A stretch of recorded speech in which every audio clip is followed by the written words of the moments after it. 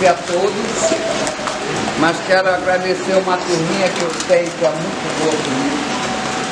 Mães, filhos, do Piauí, meus Ariane, obrigado por tudo, obrigado por estarem comigo. Meu pai pequeno, minha mãe pequena, a todos. Leandro, o que eu tenho para dizer para você é que o dia foi lindo, foi calmo, foi de paz. Colocar duas pessoas no mesmo lugar não é fácil, mas eu tive o prazer de você estar lá dentro. Paulinho está lá dentro. Vocês foram um amor comigo, vocês foram dos pais. Meu filho, nada é mais do que ser zelador, é sofrer. Pode ter certeza, tá? Mas que você honre sempre seu pai, me honre sempre. Seja humilde, sirva o orixá, sirva as pessoas que vão chegar até você e traga com isso a vitória para a sua vida, porque não é fácil estar aqui. Tudo de bom.